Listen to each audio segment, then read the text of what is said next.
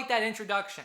We're going to be moving now to deductions. Deductions are a very, very, very important topic.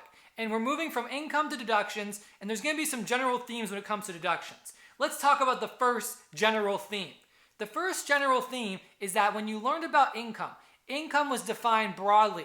Deductions are going to be defined narrowly. And that's how the Supreme Court has determined this. Specifically, the Supreme Court in New Colonial Ice and many other Supreme Court cases has said that deductions are matters of legislative grace and are meant to be interpreted narrowly. So keep that in mind. The idea is that when you're going through the general deduction rules, whether it's business or investment deductions, keep in mind that deductions are specifically narrowly construed. And you're going to see this through all the different requirements that are needed in the general business and investment deduction rules.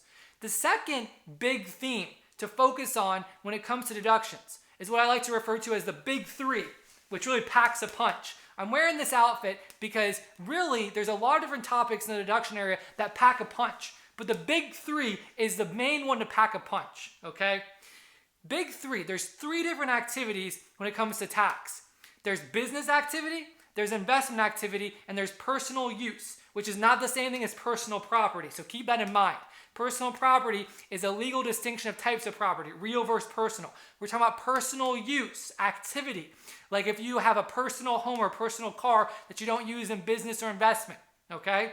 So again, the big three in terms of activities are business, investment, and personal use, and learn them in that order. Because the idea is that the way the tax law works is you want to be business. If you can't be business, you want to be investment. If you can't be investment, then of course you default to personal use activity. And you're going to learn more about distinguishing these things. You're going to learn about hobby losses. You're going to learn about investment versus business activity and what distinguishes those types of things. But the idea here is you want to be a business activity of the big three because business activities, generally speaking, are the easiest to get deductions and special tax rules that give you tax breaks. The next one, if you can't be business, you want to be investment. Because again, generally speaking, it's a lot easier to get investment deductions than personal deductions. There's lots of limitations on investment activity, but not near as much as personal. And then when it comes to personal activity, personal use deductions are not allowed, generally speaking, are not allowed unless there's a special rule that allows for them. Like we're going to learn, when we learn about itemized deductions in a later topic, we're going to learn that mortgage interest for personal residence or state and local taxes on your personal residence or in your personal life, or charitable contributions, those can be deducted.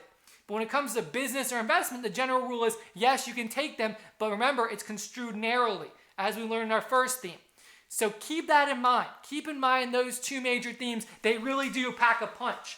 Now, in this general business and investment topic, you're going to learn a bunch of different rules and a lot of different topics. So keep this all in mind. Keep these themes. You might also see these gloves in another topic with respect in this area, because there's a lot of different topics that really do pack a punch, okay? So with that, let's go ahead, let's go to work and jump into the material.